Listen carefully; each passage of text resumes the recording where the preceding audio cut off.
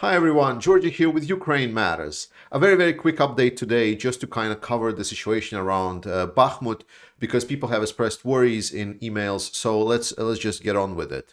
So about the north part and the south part, so both here and around Vuhledar and so on. Please, I'm going to put somewhere the link up here to the previous video because I cover pretty much in details and the situation hasn't changed much. It's mostly just tactical fighting where one side is pushing, one side is pushing back. I know the situation, but it's just a little bit not as much. All right, so Bakhmut, that's the important part. People have seen this happen, so they were like, okay, that's pretty bad, this people, because people do check the maps and so on, and I see, okay, so here was the Paraskovivka we've discussed a little bit before, and then it's like, oh my god, they're already penetrating Yahidna, what's happening now? All right, so I took my time, so before I start everything, I took my time actually to find the detailed maps, to basically find every single person, like, it's like I zoomed in, to this street view. I was like, okay, Bakhmut here, what do we have? We have like this street that's being controlled, that street that's being controlled. And then I was like, slapped myself on the cheeks and I was like, what am I doing? Because I went so much into details, almost like trying to find out how many machine gunners are there on the streets. And the point is that I always make, and I want to make again, guys, this, what we're looking at right now, in a whole world situation, does not really matter. What matters is not this view, it's this view. So when you look at the map from this angle and from this kind of height, then what we're talking about is a couple of streets somewhere here. And that's basically the situation that I kind of try to refresh my own brain with. And I want to take my time to refresh also your perspective because, and I'm going to get to explain the situation in a short while. But what we need to keep in mind is that Russia is doing over attack, like the massive offensive that they're doing. And what we're seeing right now is all of this whole offensive is we're counting which streets Russian were able to take over the last couple of days. And that's ludicrously slow. So that's really slow. So please take your time and be careful whenever we're discussing any kind of these advancements, because the actual situation is a lot more stable for Ukraine than it might seem when we're just focusing way too much on Bakhmut. Now let's explain the top situation around here. So Ukrainians have reported that they have fallen back from Paraskovivka once it got essentially encircled.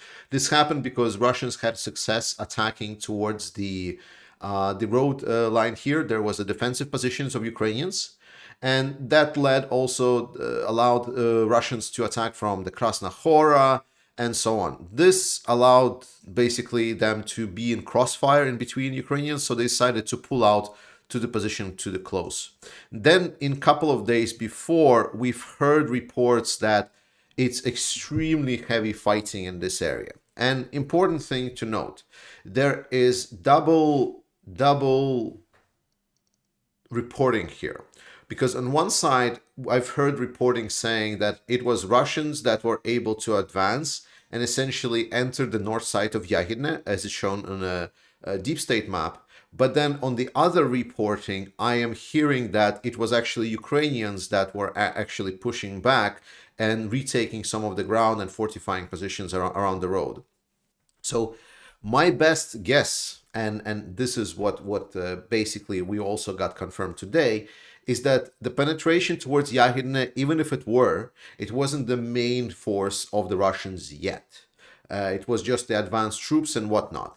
What is more happening is there was a lot of, like, I'm going to color it both blue and red, is that there was a very brutal fighting, and the fight is still ongoing. So that's why it's really important to mention it. And this fighting, the Russians have been pushing. The fighting was very serious. The actual, like, kind of already core defensive position. Remember, Paraskovivka was supposed to be like one of the last strongholds of the Bakhmut. This is what created the tension on the north.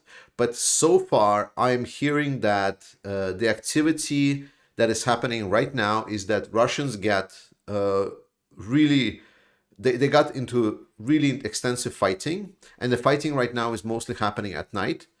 And this fighting is so far not benefiting the Russians that much. However, it would be a little bit, how do you say, naive to say that the Russians are probably not going to advance here. They are most probably regrouping, and as I said to you at the start, we should be expecting that the Russians will be advancing. But essentially, reports are saying right now, because people got really worried, saying, it's like, oh, does that mean that Russia has like initiated some kind of breakthrough and they're gonna go, like encircle and whatnot? No, no, everything. It's a tough fight. Don't get me wrong, but the situation is still controlled. Ukrainians are still controlling the positions, and this is nothing that's threatening Ukrainians with encirclement just yet. This is especially true because we hear more and more around the situation on the south, where Ukrainians are actually conducting counterattacks and trying to regain some of these fortified positions just to the northeast of Klishivka. Additionally, there is also reports that Ukrainians are hitting with a counterattack towards the south. And there is right now, they want to essentially get to Opetne and retake some of the northern positions around Opetne. But it is too early to say what's happening there. So essentially, it's a 50-50. The Russians are having huge success in the north. Well, huge success to a scale of Bakhmut, not in a scale of war. But then on the other hand, they're being heavily pushed back from the south side. So the Bakhmut situation is not easy. Don't get me wrong. It's not easy. It's a hot zone. But so far, everything is controlled. There are still options. The fact that Ukrainians were able to push Russians back from the road is great. And this is just the overall situation around Bakhmut. But we also have now received some confirmation all the other major fronts of attack. So kind of just to round it off so you know where the activities are most part. So the most difficult parts are Avdiivka direction. It's from Opetne towards Avdiivka. It's from Vodiane towards, I believe, towards Severne and Pervomayske over here. It is also a little bit to the south. It's also towards Nevelske. I, again, talked about it last time. Check it out. That is 1, 2. Beyond that, there is also a hot zone. Where was it? It was, yes, here.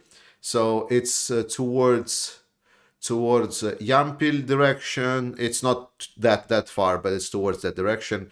It's towards Serebyanka to the south. That's towards Zarishne. It's towards Terny. That's the attacks where it's going right now. Beyond that, it's obviously here at the north towards Dvorichna, and then towards the south towards Sinkivka here to the direction of Kupiansk. And obviously there is fighting around Novoselivsk. That's kind of the major fights that are happening right now. So if we would zoom out, then you can see that if we put those fights on the map, then you see it's like attack, attack, attack, attack, attack, attack, attack. So Russians are attacking all along the front lines. That's why some people that are still saying that the offensive is still not going, it is ongoing. It is ongoing because we definitely hear that the situation is being hard. Thank you so much for watching. Just a very quick map update around Bakhmut today, just to kind of calm your nerves that everything is under control. I don't have the second part because I really want to talk about Munich. In talking about Munich security conference, I need to listen through all of that. And it's quite a long conference. So I still need some time to listen through this. So it's going to be next time. So thank you so much for watching. I see you guys next time. I love you. Slava Ukraini.